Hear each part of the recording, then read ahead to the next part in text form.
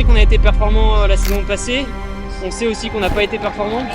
Du coup, on a fait attention sur la préparation pour arriver en forme, enfin, du moins avec les cartes pour pouvoir se qualifier.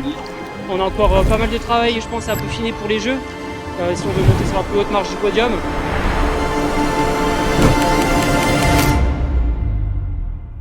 C'était quand même un rêve depuis très jeune. J'étais remplaçant pour la qualification à Lucerne il y a 3 ans, 2021. Ça fait 2 Olympiades que j'ai intégré le groupe poids léger. C'était une Olympiade compliquée sur l'Olympiade de Tokyo. Pour moi, je dis souvent qu'elle m'a forgé mentalement et on va dire physiquement aussi, ça m'a appris le haut niveau.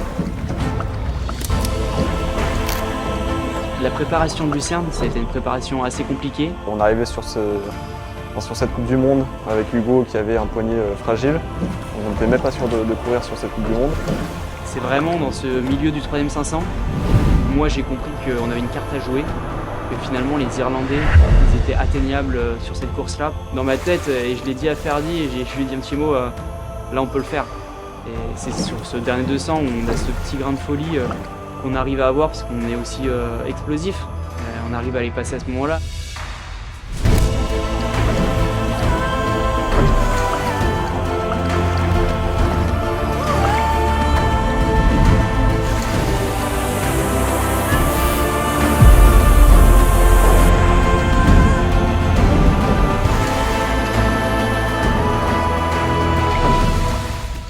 Le double marche parce qu'on est complémentaires. On ne fonctionne pas de la même façon et on apporte l'un à l'autre. À l'entraînement et en course, j'attends de Hugo du soutien. Hugo, il a la fougue, il a la stratégie de course. Le plus intéressant, c'est qu'on se remet en question, mais on ose dire les choses et pour faire progresser le bateau. Ferdinand, à la nage, il est très régulier.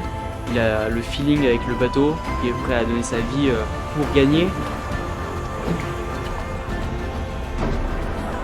Quand on voit la taille des gradins dans le dernier 300 mètres, on se dit qu'il va y avoir du bruit et que l'élevage va être encore plus fort.